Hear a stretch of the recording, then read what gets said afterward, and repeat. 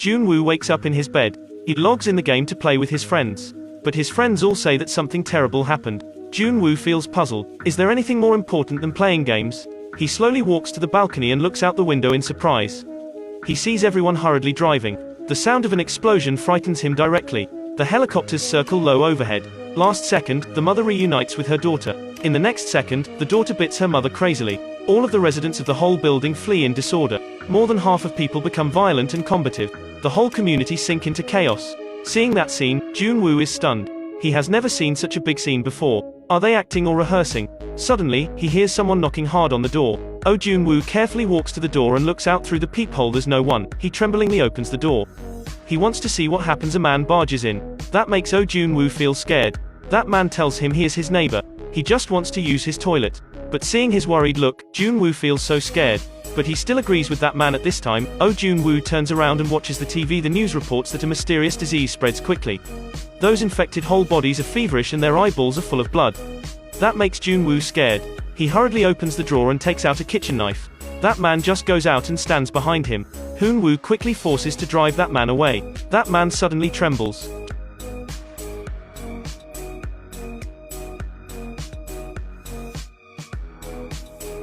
Jun-woo forces himself to push that man back out and lock the door. After he confirms that he is temporarily safe, he then receives messages from his parents telling him they are safe. They also tell him not to go out and wait for the rescue team. He learns that his parents still live. He is full of hope. He quickly takes out all the food at home. He carefully calculates how long he can live with this food. On the next day, he gets up and plays the games as usual. After playing games for a long time, the internet is suddenly disconnected. He takes out his phone and finds that the internet is getting worse and worse. He has lost contact with the outside world now. He can't play the game. What should he do? Then he plays with drones. He sees through the drone that the whole community is full of infected people. There is not even a normal person. Don't mention the rescue team. In an instant, he loses hope of living. At night, he hears the sound of gunshots. He walks to the window.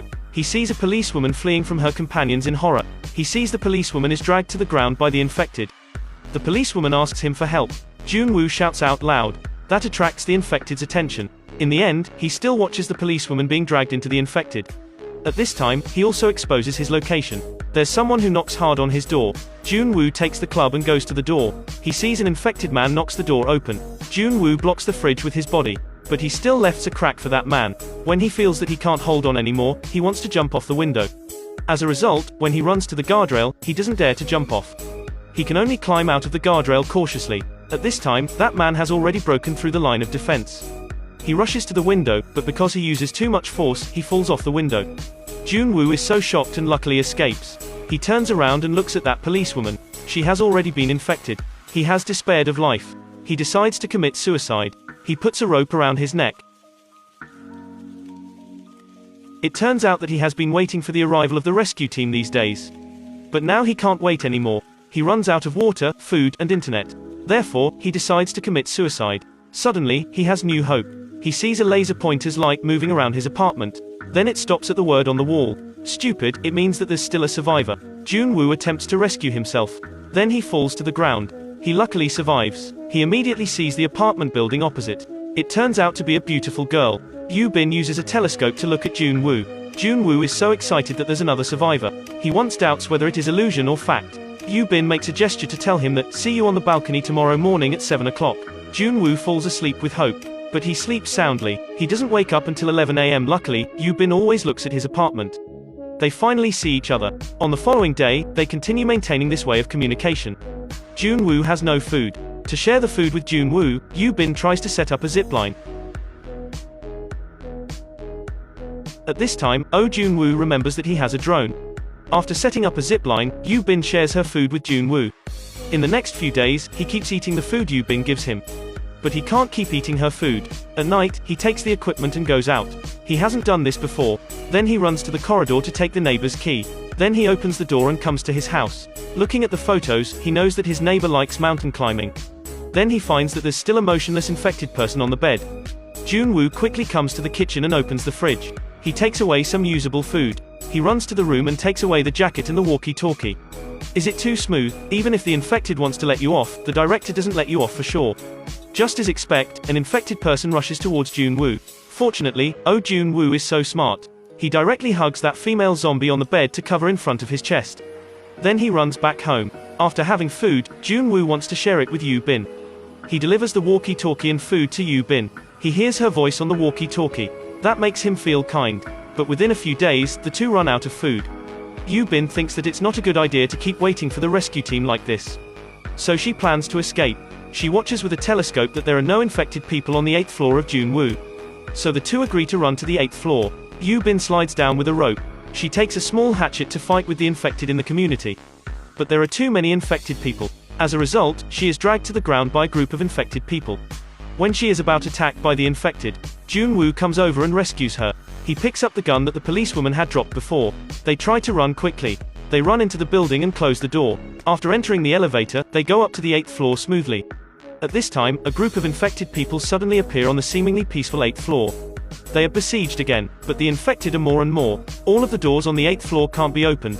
Do they really die here? Suddenly, 2 smoke bombs fly from behind. It turns out that a middle-aged uncle saves them.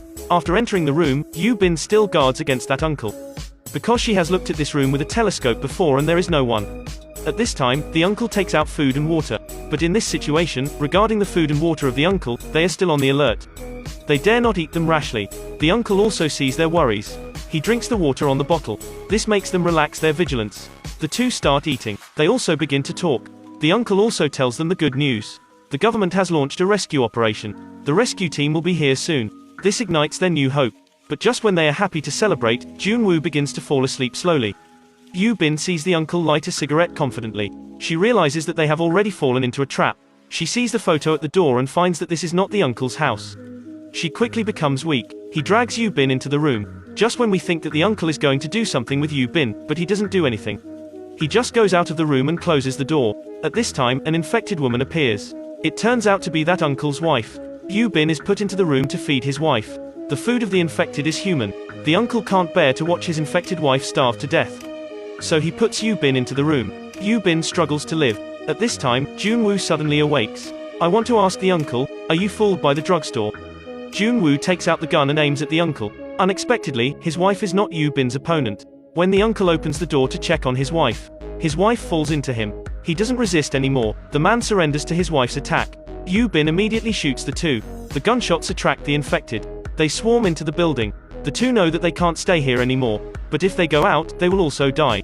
Even if they die, they can't die in the hands of the infected. When the two want to commit suicide, they suddenly hear the sound of the helicopter. Helicopters pass outside. It arrives just right. The two decide to fight again. They make a cart. They kill all of the infected that block their road. They finally come to the rooftop, but the helicopter has already left. They see the infected are more and more. The two use up all of the bullets they have. At this time, they can't think anything. They only have to choose how to die. Then they suddenly hear the sound of the helicopter. It arrives on time. The army helicopter shoots at the horde before carrying the pair to safety. It is the end of the movie. If you like this movie, you can watch it. I'm Harry. Thanks for following me. See you again.